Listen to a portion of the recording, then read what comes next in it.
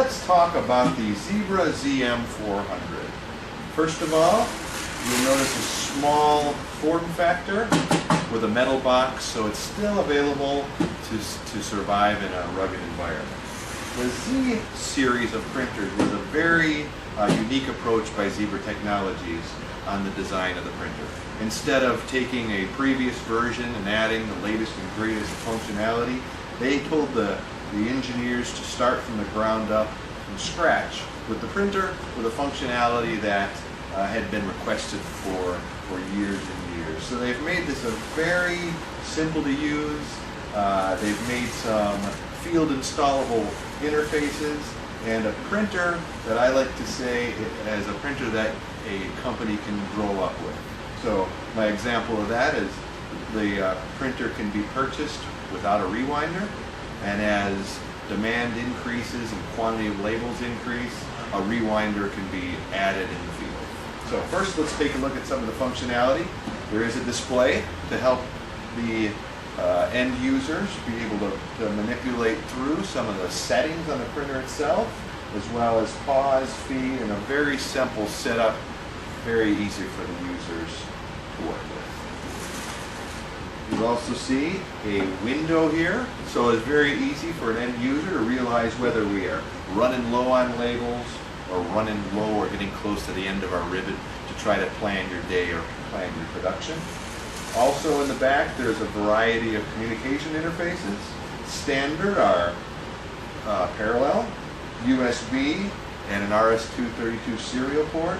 There is also available an internal print server as well as a wireless PC card adapter as well. So there's a wide range of communication interfaces available.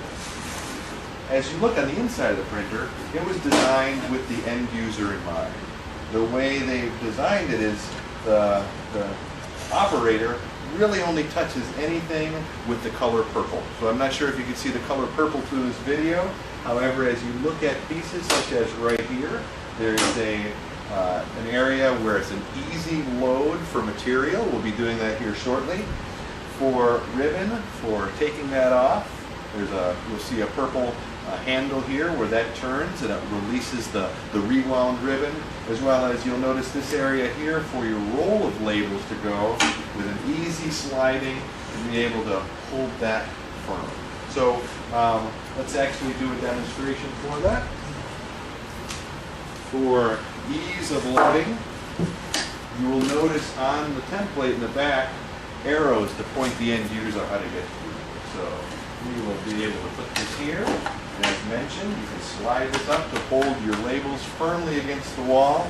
And as you're loading a printer, all the programming and all the design functionality and all the way it prints is defined from the inside out based on margins and things like that. So as we follow our arrows, we will slide this actually up through here.